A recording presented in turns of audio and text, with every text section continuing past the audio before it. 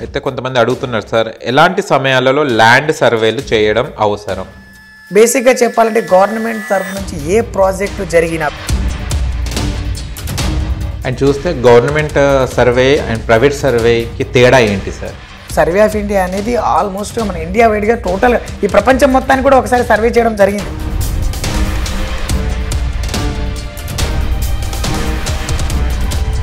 Are internal by parts ఏదైనా survey numbers ఉంటే అవేమన్నా సపరేట్గా చేసుకోవాలనుకున్నప్పుడు మీ వరకు మాత్రమే పనిచేయడానికి ప్రైవేట్ సర్వే అనేది పనిచేస్తుంది.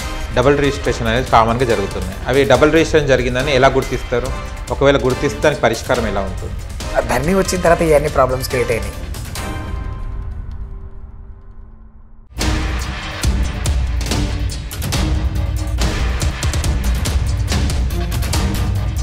హాయ్ హలో నమస్తే, welcome to social post TV. నేను మీ యాంకర్ పప్పు. ఈరోజు మనం ఒక స్పెషల్ గెస్ట్ ఉన్నారు. ఆ గెస్ట్ ఎవరు కాదు, RNR civil surveyor and digital land surveyor doctor Nagara Ramesh garu మనతో ఉన్నారు. చాలా వరకు మనకు ల్యాండ్ సర్వేస్లో చాలా మంది ప్రాబ్లమ్స్ వస్తుంటాయి, అక్కడ లిటికేషన్స్ వస్తుంటాయి. లిటికేషన్ ల్యాండ్స్కి అండ్ సర్వే ఎలా చేయించుకోవాలనో ఇప్పుడు డాక్టర్ రమేష్ గారిని అడిగి తెలుసుకోవడానికి ప్రయత్నిద్దాం. నమస్తే సార్.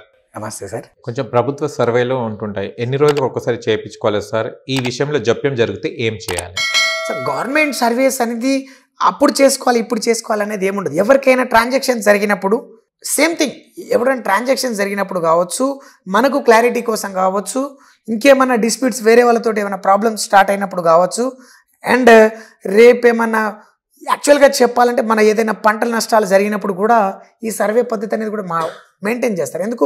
మీకు ప్రాపర్గా డాక్యుమెంట్ ప్రకారం ఎంతైతే ల్యాండ్ ఉందో అంతే ల్యాండ్ ఇక్కడ ఎంతవరకు పంట నష్టం జరిగింది అని తెలుసుకోవడం విషయంలో కూడా ఈ సర్వేలు అనేది ఇంపార్టెంట్ అనమాట.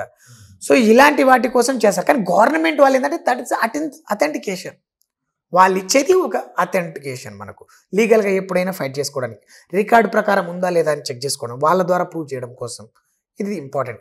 బట్ ఇప్పుడున్న సిచ్యువేషన్లో ఏంటంటే మండలానికి ఒక సర్వేరే ఉన్నారు. సో ఈ మండలానికి ఒక సర్వేర్ ఉండడం వల్ల మనకు ప్రాపర్ మీరు ఏ రోజైతే అప్లై చేసుకున్నారో, సర్వేకి ఎప్పుడైతే అప్లికేషన్ పెట్టుకున్నారో వితిన్ ద 45 డేస్లో వచ్చి సర్వే చేయాలి. That is the rule. Okay. మీకు అక్కడ ఆ రోజు మీరు ఎప్పుడైతే అప్లై చేస్తారో అప్పుడే మీకు ఒక రిసిప్ట్ ఇచ్చినప్పుడు వితిన్ 45 డేస్లో మీకు సర్వే జరుగుతుంది అని చేసి రాసిస్తారు వాళ్ళు నోటీస్లో. అండ్ వాళ్ళు ఒక డేట్ కూడా రిలీజ్ చేస్తారు. ఆ డేట్లో సో మీతో పాటు మీ చుట్టుపక్కల వాళ్ళు కూడా వచ్చేటట్టు మీరు సహకరించగలరు అని చెప్పేసి ఒక పంచనామా రిలీజ్ చేస్తారు. ఆ రోజు వచ్చినప్పుడు అటెండెన్స్ తీసుకోవడం జరుగుతుంది. వాళ్ళు సర్వేకి వచ్చినప్పుడు అటెండెన్స్ తీసుకుంటారు. సర్వే అయిపోయిన తర్వాత పంచనామా మేము ఈ హద్దులు పెట్టినందుకు అంగీకరించారు అని చెప్పేసి పంచనామా రిలీజ్ చేయడం కూడా జరుగుతుంది. సో ఇదంతా కూడా ఒక ప్రాసెస్, అప్పటి నుంచి పాత పద్ధతిలో ఉన్న ప్రాసెస్. కానీ అప్పట్లో ఏం చేసేవాళ్ళంటే మీకు ఎవరికైతే ప్రాబ్లం ఉందో మీ అవుటర్ సర్వే నెంబర్తో పాటు ఇంటర్నల్గా మీ పార్ట్ ఎంత ఉందో అది కూడా సర్వే చేసేవారు. మీకు ఎంత భూమి ఉండేది, for example 10 acre of the survey బౌండరీలో మీకు ఒక 1 ఎకరే ఉంటే మీ 1 ఎకర్కి కూడా సర్వే చేసేవాళ్ళు. మిగతా ఎవరికైనా డిస్ప్యూట్ ఉందంటే వాళ్ళు కూడా సర్వే చేసి ఇచ్చేవాళ్ళు. బట్ ఇప్పుడున్న టైం షెడ్యూల్ ప్రకారం ఇప్పుడు ఎలాంటి సర్వే జరుగుతుందంటే ఓన్లీ అవుటర్ బౌండరీ 10 ఎకరాల సర్వే నెంబర్ బౌండరీ ఉంటే 10 ఎకరాలకి మాత్రమే హద్దును చూపించడం జరుగుతుంది. మధ్యలో ఏమైనా ఉంటే మీరు మళ్ళా కోర్టు ద్వారా తీసుకోవడం కానీ లేదా ప్రైవేట్ సెక్టార్ని కానీ అప్రోచ్ అయ్యి మీరు అండర్స్టాండింగ్లో సర్వే చేసుకోండి, నా బాధ్యత ఇంతవరకే. సో ఇలాంటి సర్వే జరుగుతుంది. ఎందుకంటే డిస్ప్యూట్స్ పెరిగిపోయినాయి. ఇంకొకటి ఏంటంటే టీపన్స్ అవైలబుల్ లేవు ఇప్పుడు. యాక్చువల్లీ ఇక్కడ సర్వేలలో 2 మెయిన్ థింగ్స్ ఉన్నాయి సార్. సర్వే చేసిందంతా కూడా ఒక సరిహద్దుని మొత్తం ఒక గ్రామాన్ని యొక్క సరిహద్దుని చూపించేదాన్ని విలేజ్ మ్యాప్ అంటాం, గ్రామ నక్షపటం. దాన్ని 2 మెథడ్స్ ఉన్నాయి ఇందులో కూడా. ఒకటి తరి మ్యాప్ అని, ఇంకొకటి మెట్ట మ్యాప్ అని. తరి అంటే పంట పొలాలు పండించే కాలువల కింద నీరు పారి దాని ద్వారా సాగే భూములని తరి అని అంటాం. ఏదైతే వర్షపు నీటి ద్వారా పండించే పంటలని మెట్ట భూములు అంటాం, వెట్ అంటాం. సో డ్రై మ్యాప్స్ అంటాం, మెట్ట మ్యాప్ అంటాం. సో ఇవి 2 విధాలుగా సపరేట్. వీటిని ఏం చేస్తారంటే సర్వే జరిగినప్పుడు కూడా ఒక స్కేలింగ్ డిఫరెంట్ టైప్ ఆఫ్ స్కేల్స్లో దీన్ని డివైడ్ చేయడం జరిగింది మ్యాప్స్ని. సో ఈ 2 మ్యాప్స్ అవైలబుల్ ఉంటాయి. అండ్ ఇంకొకటి ఏంటంటే ఇవి ఒక విలేజ్ మొత్తానికే మ్యాప్ ఉంటే మన యొక్క సర్వే నెంబర్ ఒక్కొక్క సర్వే నెంబర్కి సపరేట్గా మెజర్మెంట్ను చూపిస్తూ ఇంకొక ఇది మన టీప్ అని ఉంటుంది. సో ఈ టీప్ అనేది ఈ ఒక్క సర్వే నెంబర్ యొక్క డైమెన్షన్ని చూపిస్తుంది. వాళ్ళు ఎలా సర్వే చేశారు, ఒక సర్వే నెంబర్ ఎలా విడగొట్టారు అది దాని యొక్క సారాంశం. ఓకే. అది టీపన్లో చూపిస్తుంది. కానీ ఇప్పుడు మీ ఇండివిజువల్గా ఒక సర్వే నెంబరు, 2 సర్వే నెంబర్లో, 3 సర్వే నెంబర్లో ఉన్నాయనుకోండి, మీరు టీపన్ ద్వారా సర్వే చేసుకోవచ్చు. టీపన్ అంటే సార్? అదే టీపన్ అంటే ఒక సర్వే నెంబర్ యొక్క మెజర్మెంట్స్. ఓకే. ఒక సర్వే నెంబర్ యొక్క టోటల్ 4 కార్నర్స్ కావచ్చు, ఎన్ని కార్నర్స్ ఏదైనా షేప్ ఉండొచ్చు, దాని యొక్క డైమెన్షన్స్ అంటే దాని యొక్క చుట్టుకొలతలనే టీపన్ అంటాం. ఓకే. ఆ టీపన్ ఉంటే కరెక్ట్గా ఒక సర్వే నెంబర్లో ఎంత ఎక్స్టెంట్ ఉండాలో దానికి తగ్గట్టుగా చేయడం జరిగింది. సో ఇది బేస్ చేసుకొని సర్వే చేయాలి బేసిక్గా. కానీ ఇప్పుడు అవైలబుల్ ఉన్నాయా అంటే చాలా వరకు లేవు, అసలు లేవు ఇప్పుడు చెప్పుకోవాలంటే. ఇప్పుడు మీరు టీపన్ సంపాదించాలంటే ఒకే ఒక method right of information act RTI వేసుకొని మీరు తీసుకోవాలి తప్ప డైరెక్ట్ వెళ్తే మీకు ఇప్పుడు ఇవ్వడం జరగట్లేదు. ఎప్పుడైతే మనకి 2021లో రిజిస్ట్రేషన్ కొన్ని నెలల వరకు ఆపిండ్రు, అప్పుడు ఒక 3-4 మంత్స్ రిజిస్ట్రేషన్ ఆగి దాని తర్వాత స్టార్ట్ అయినప్పుడు ఈ ధరణిని ప్రాపర్గా మెయింటైన్ చేసేటప్పుడు ధరణిలో ఫస్ట్లో టీపన్ పెట్టారు, తర్వాత టీపన్లు కూడా తీసేసి టీపన్స్ ఇప్పుడు విలేజ్ మ్యాప్లు కూడా కొన్నిట్లో అవైలబుల్ లేవు అనమాట. ఇంకొకటి ధరణిలో ఇంకొక బ్లండర్ మిస్టేక్ ఏంటంటే వితౌట్ సర్వే ఈ మ్యాప్స్ని ఇన్బిల్డ్ చేయడం జరిగింది. సర్వే చేసి ఏ మ్యాప్లు పెట్టలేదు, వితౌట్ సర్వే ఒక మ్యాప్ని స్కాన్ చేసి పొజిషన్లో తీసుకొచ్చేసి దాన్ని గ్రౌండ్ మీద సూపర్ ఇంపోజ్ చేసిండ్రు. అది కరెక్ట్గా మ్యాచ్ అవుతుంది అంటే స్కేల్ ఏది ఎలా లాగితే అలా లాగుతుంది. సో అలా చేయడం జరిగింది. ఒక టెక్నాలజీ ప్రాపర్గా చేయకపోవడం వల్లనే ఈ ధరణిలలో కేసెస్ అనేది ఇప్పటివరకు చాలా వరకు మైనస్ అవ్వడానికి మెయిన్ రీజన్ అదే. సో మనకు చూపించేది ఒకటి, రియాలిటీ ఒకటి, పేపర్ డాక్యుమెంట్ ఒకటి, ఇవి ఏంటి మ్యాచ్ అవ్వట్లేదు దేనికి.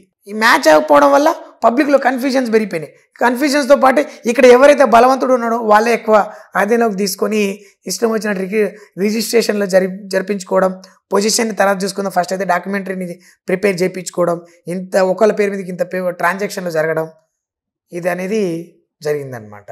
మెయిన్ ప్రాబ్లం అక్కడ జరిగేది. సో అందుకనే ఈ గవర్నమెంట్ సెక్టార్లో దీన్ని కానీ ఒక్క రెవెన్యూని సరిగా మెయింటైన్ చేయకపోతే ప్రతి ఒక్కడికి సమస్య వస్తుంది. ఇక్కడ సమస్యని ఫేస్ చేయలేని వాడు ఉండడు, ఎందుకంటే ఈ భూమి మీద ఎవరు బతుకుతున్నా వాళ్ళకందరికీ సమస్య వస్తుంది. అంటే ఈ ల్యాండ్ రిలేటెడ్గా ఎవరైతే డాక్యుమెంటరీ, ఈ పేపర్ మెయింటైన్ చేయడం, ఫిజికల్ పొజిషన్ చూడడం, ఈ రెండింటికి ఏదైతే సంబంధాలు ఉన్నాయో మ్యాచ్ అవ్వకపోతే ప్రతి ఒక్కడికి సమస్య వస్తుంది. మీరు ఒక్కళ్ళు జరిగితే ఆటోమేటిక్ వేరే వాళ్ళకి ప్రాబ్లం వచ్చినట్టే. ఇక్కడ మీరు కరెక్ట్ లేరంటే ఇంకొకరు ఎవరో కరెక్ట్ లేరని అర్థం. వాళ్ళు లేరంటే ఇలా లింక్ ఒకరి నుంచి ఒకటి చైన్ సిస్టమ్ ద్వారా ప్రాబ్లమ్స్ ఒకదాని నుంచి ఒకటి బయటకు వచ్చేస్తుంటాయి. ఎవరైనా జరిగిందంటే అందరికీ జరుగుతున్నట్టే అర్థం. సో ఈ మెయిన్ ప్రాబ్లం ఇక్కడ ఫామ్ అయింది. అంతకుముందు లేదు, ఇన్ని కేసెసే లేవు, ఇన్ని టాపిక్సే లేదు, అసలు ల్యాండ్ గురించి అంత కన్ఫ్యూజనే లేదు. అసలు ఎవరికి కన్ఫ్యూజన్ అనేది స్టార్ట్ అయింది అక్కడ. దాని నుంచి ఇంకా పెద్దగా జరిగిపోవడం, అలా బలవంతులు పోయి దాని మీద కబ్జాలు చేయడం, లాక్కోవడం, భూములు లాక్కోవడం, పట్టాలు మాదని చెప్పేసి చెప్పడం, వెళ్ళగొట్టడాలు, ఇలాంటివి చాలా జరిగినాయి, చాలా కేసెస్ అయినాయి ఇప్పటికీ. సో దాని నుంచి ఈ ప్రాబ్లం స్టార్ట్ అయింది. అది కాస్త ఇప్పుడున్న పెద్ద అన్నిటికంటే మొట్టమొదటి సమస్య అనుకుంటే అదే మొట్టమొదటి సమస్య, అంటే ఈ స్టేట్ వైజ్గా చూసుకుంటే. ఓకే. సో ఇలా జరుగుతుంది అనమాట. అండ్ ఇప్పటిదాకా మీరు అన్నారు చాలా వరకు గొడవలు, ఇట్లా కబ్జాలు అని. తగాదాలు ఉన్న ల్యాండ్స్ని సర్వే ఎలా చేస్తారు సార్? సార్ తగాదాలు ఉన్న ల్యాండ్స్కి సర్వేలు అంటే బేసిక్గా మీరు రెవెన్యూ వివరంగా వెళ్తే మాత్రం జరగదు అక్కడ. ఒకటి, మీకు ల్యాండ్ పైన కేసు ఏమైనా జరిగింది అంటే ఎవరు ఇంటర్ఫియర్ అవ్వడానికి లేదు అక్కడ. అది ఎప్పుడైతే క్లియరెన్స్ అవుతుందో అప్పుడే సర్వే చేయాలి. అదర్వైజ్ కోర్టు నోటీస్ ఇస్తే కోర్టు డైరెక్ట్గా రెవెన్యూ డిపార్ట్మెంట్కి మీరు వెళ్ళి సర్వే చేసి ఈ రిపోర్ట్ సబ్మిట్ చేయండి అని చెప్పేసి మనకి ఎప్పుడైతే నోటీస్ ఇస్తుందో అప్పుడు సర్వే చేయడం జరుగుతుంది. అదర్వైజ్ అప్పటిదాకా రెవెన్యూకి వెళ్ళైతే సర్వే చేయడానికి లేదు, ఎందుకంటే లీగల్ యాక్షన్ ఎవరైనా తీసుకోవచ్చు. సార్ సర్వే నెంబర్లో ఓవర్లాప్ అయినప్పుడు ఏం చేయాలి? సార్ సర్వే నెంబర్స్లో ఓవర్లాప్ జరిగింది అంటే రీజన్ ప్రాపర్గా సర్వే జరగలేదు. First thing, the main reason, వాళ్ళు ఎప్పుడైతే సర్వే చేసి వాళ్ళ పొజిషన్ వాళ్ళకి, వీళ్ళ పొజిషన్స్ వీళ్ళకి పెట్టినప్పుడు మధ్యలో ఎలాంటి డిస్ప్యూట్స్ అనేది లేదు. డిస్ప్యూట్ స్టార్ట్ అయిందంటే వన్ థింగ్, ఒకరికి చేసి ఇంకొకరికి చేయకూడదు. సామాన్యంగా ఓవర్లాప్స్ అనే కాన్సెప్ట్ విలేజ్ సరిహద్దుల్లోనే వస్తుంది. ఒక విలేజ్ నుంచి ఇంకొక విలేజ్కి ఓవర్లాప్ జరగడం, that is the main things ఉంటాయి. ఒక సర్వే నెంబర్ ఒక సర్వే నెంబర్లోకి ఓవర్లాప్స్ అనేది చాలా తక్కువ సందర్భాల్లో జరుగుతాయి, 100/5% ఛాన్సెస్. బట్ ఇక్కడ 100/50% ఛాన్సెస్ అనేది ఒక విలేజ్ నుంచి ఇంకొక విలేజ్. యాక్చువల్గా ఏమవుతుందంటే సార్, రికార్డ్ అనేది ముందుగా వీళ్ళు మెయింటైన్ చేసేసి, సో ఫర్ ఎగ్జాంపుల్ ఒక సర్వే నెంబర్లో 10 acres ఆఫ్ ది ల్యాండ్ ఉంది. ఒక 10 ఎకరాలు ల్యాండ్ ఉన్నప్పుడు రిజిస్ట్రేషన్ 10 ఎకరాలు అయిపోయింది. కానీ వీళ్ళు ఎప్పుడైనా సర్వే చేసినప్పుడు ఎలా చేస్తారు? గ్రామ కంఠం ఈజ్ ద మెయిన్ పాయింట్. ప్రతి ఒక్క విలేజ్కి ఒక గ్రామ కంఠం ఉంటుంది, the centre of the point. అక్కడ నుంచి వీళ్ళు సర్వే నెంబర్లు స్టార్ట్ చేసిన తర్వాత వీళ్ళు అక్కడి నుంచి సర్వే చేసుకొచ్చేసి లాస్ట్కి వచ్చేసరికి ఎన్ని పార్టిషన్స్ అయిపోతాయి, లాస్ట్ పర్సన్స్ ఎవరైతే ఉంటారో వీళ్ళకి అక్కడే అంతే ఏరియా మిగులుతుంది, బట్ ల్యాండ్ అనేది ఉండదు. బట్ రికార్డ్ని మార్చలేం, చేసేసిండ్రు ఆల్రెడీ రికార్డ్ అనేది. సో అక్కడ ఓవర్లాప్. వాళ్ళు ఏం చేస్తారు, గమనించలేకనో లేదంటే సరే చూసుకుందాం తర్వాత ఏం జరుగుతుందని చూసుకుందనే ఉద్దేశంలో వీళ్ళని తీసుకుపోయి అవతల పడేస్తాడు, వేరే విలేజ్లో పట్టేస్తాడు. వాళ్ళు ఆల్రెడీ ఇక్కడ వరకు ఫిక్స్ అయ్యారు, మీరు ఆల్రెడీ దీన్ని దాటి అవతల పక్క తీసుకెళ్తున్నారంటే సమ్ ఓవర్లాప్. ఒకదాని మీద ఒకటి పడిపోవడం, ఒకటే ఏరియాని ఇద్దరు షేర్ చేసుకోవాలి, దట్ ఈస్ అ ఓవర్లాప్ అనే కాన్సెప్ట్. సో ఇప్పుడు అండర్స్టాండింగ్ ఏంటంటే ఇద్దరు చెరి సమానం పంచుకోవాలన్నా, గెట్టుని జరుపుకోవాలన్నా అనేది కన్క్లూజన్ వాళ్ళే డిసైడ్ చేయాలి. ఓన్లీ డిసిజన్ మేకర్ అనేది ఇక్కడ అలాంటి కేసెస్లో మండల్ సర్వేర్ కానీ డిఏ సర్వేర్ కానీ ఏం చేయలేదు. ఓన్లీ ఏడీ గారి డిసిజన్ పేరు మీదనే, ఆయన మీదనే అంత డిపెండ్ అయి ఉంటుంది. చాలా వరకు ఇలాంటి సందర్భాల్లో వస్తుంది సార్ ఓవర్లాప్స్ అనేది. మధ్య సెంటర్లు అనేది వీళ్ళు ఇంటర్నల్గా జరుపుకోవడం తప్ప వేరేదేం లేదు. ఓవర్లాప్స్లో కూడా సార్ చాలా వరకు ఏంటంటే వీళ్ళ సర్వే నెంబర్ కాకుండా పక్క సర్వే నెంబర్లో, ఇంకొక పక్క సర్వే నెంబర్లో ఆ ల్యాండ్ అనేది ఉంటుంది. బట్ వీళ్ళు అక్కడి దాకా వెళ్ళలేరు, వీళ్ళు ఇక్కడిక్కడే చూసుకుంటారు. అందువల్ల ఇట్లాంటి ప్రాబ్లమ్స్ చాలా వరకు వస్తుంటాయి. ఓవర్లాప్ దాన్ని షార్ట్అవుట్ చేయొచ్చు, but resurvey only one solution is resurvey. ఆ చుట్టుపక్కల సర్వేలంతా కూడా సర్వే చేస్తూ ఎక్కడైతే ల్యాండ్ ఎక్సెస్ వచ్చిందో దాన్ని తీసుకొచ్చి తర్వాత మళ్ళీ అడ్జస్ట్మెంట్ చేసుకుంటూ పోవడం. కానీ ఇప్పటి వరకు మనకు అట్లాంటి అడ్జస్ట్మెంట్ అనేది చాలా వరకు జరగట్లేదు ఎక్కడ కూడా. ఏదైనా ఉంటే వాళ్ళు ఫస్ట్ ఏదైతే మెయింటైన్ చేశారో దాన్నే వెళ్తున్నారు ఇప్పటికీ. ఈ డిజిటల్ సర్వే కానీ జరిగితే ప్రాపర్గా ఎవరికైతే ఎంత రిజిస్ట్రేషన్ ఉందో అంతకి ల్యాండ్ని పొజిషన్ని పెట్టిస్తూ అలా జరుపుకుంటూ మళ్ళా స్టార్టింగ్ నుంచి సర్వే నెంబర్ ఇచ్చుకుంటూ పోతే అప్పుడు ఒక సొల్యూషన్ అనేది వస్తుంది. ఎవరికి డాక్యుమెంట్ మిస్సింగ్ ఉంది, ఎవరికి ఫిజికల్గా మిస్సింగ్ ఉంది. ఎందుకంటే చాలామందికి సార్ ఇప్పుడు మీరు ఫర్ ఎగ్జాంపుల్ సార్ మీరు ల్యాండ్ కొన్నారు, మళ్ళీ అక్కడికి వెళ్ళలేదు, డాక్యుమెంట్స్ మీ దగ్గర ఉంది, అక్కడ ఎవరు రాలేదని ఎవడో పొజిషన్లో ఉన్నాడు, 30 ఏళ్ళ నుంచి పొజిషన్లో ఉన్నాడు, వాడు వెళ్ళిపోమంటే ఈరోజు వెళ్ళిపోతాడా? వెళ్ళిపోడు. వాడేదో కొత్త ప్రయోగాలు చేస్తాడు, నా దగ్గర డాక్యుమెంట్ ఉంది అదేందని. సో ఇక్కడ అలాంటి మిస్టేక్స్ కూడా చాలా ఉన్నాయి. సో దానికి ఏం చేయాలో క్లారిటీ లేదు. సో అలాంటప్పుడు మీరు మళ్ళీ తిరిగి అక్కడికి వెళ్ళలేరు, ఆయనకి ల్యాండ్ వదిలిపెట్టలేడు, ఆయనకి డాక్యుమెంట్ తయారవ్వదు, మీ చేతికి ల్యాండ్ పొజిషన్ రాదు. సో అలాంటి డిస్ప్యూట్స్ కూడా అలాంటి చాలా ఉన్నాయి అలాంటి ల్యాండ్స్. సో వాటికి కూడా ఏదో ఒక కన్క్లూజన్ ఇవ్వడం, అది ఒక సొల్యూషన్ ఇస్తే అంతా ఒక ప్రాపర్గా మెయింటైన్ చేయడం అనేది జరుగుతుంది. నేను చాలా సందర్భాలు ఇప్పుడు నేను కూడా యాక్చువల్లీ మన రెవెన్యూ డిపార్ట్మెంట్లో చాలా మందితో కూడా నేను టచ్లో ఉన్నాను. సో నేను కూడా వెళ్ళి దీని గురించి వాళ్ళతో డిస్కషన్ చేద్దామని, సో నా ఐడియాని కూడా వాళ్ళ ముందు పెడితే ఏదైనా ఫ్యూచర్లో మనకి ఏదైనా యూజ్ అవుతుందని చెప్పేసి, సో ఆ ప్లానింగ్ కూడా జరుగుతుంది సార్. నేను డెఫినెట్లీ వీళ్ళతో కలిసి మాట్లాడడం కూడా జరుగుతుంది. Okay sir, thank you so much sir. చాలా విషయాలు తెలుసుకున్నాం, ల్యాండ్ సర్వేస్ గురించి చాలా విషయాలు తెలుసుకోవడం జరిగింది. అండ్ చూస్తే కనుక ల్యాండ్ మనకు ప్రాపర్టీ మొత్తం గమనించింది అని పేపర్ల కన్నా మనం దాని మీద పొజిషన్లో ఉన్నవాడే గ్రేట్ అంటారా సార్? Yes sir. ఇప్పట్లో సార్ మీ పేపర్ ఉంటుంది, మీరు పొజిషన్ ఇప్పట్లో ఏదైనా కానీ సార్ సింపుల్ అనుభవించిందే మనది, అనుభవించాల్సింది మనకి ఏదైనా ఇస్తుంది. పేపర్లు ఏదైనా ఉంటే అది మనకు ఏదైనా కానీ మన దగ్గర పెట్టుకోవడం తప్ప దానితోటి మనం ఎలాంటి పొందేది లేదు. సో ఇప్పుడున్న సిచ్యువేషన్లో ల్యాండ్ విషయంలో మాత్రం వెళ్తే పొజిషనే గ్రేట్ అనుకోవాలి. పొజిషన్ ఎవరుంటే వాళ్ళదే అప్పర్ హ్యాండ్ అనుకోవాలి. ఎస్. ఓకే. సో ఈ కాన్సెప్ట్లో కూడా చాలా టాపిక్స్ మనకి వెళ్తుంది సార్ సర్వేల విషయం నుంచి. సో ముందు కూడా మనం చాలా టాపిక్ల మీద చేయొచ్చు.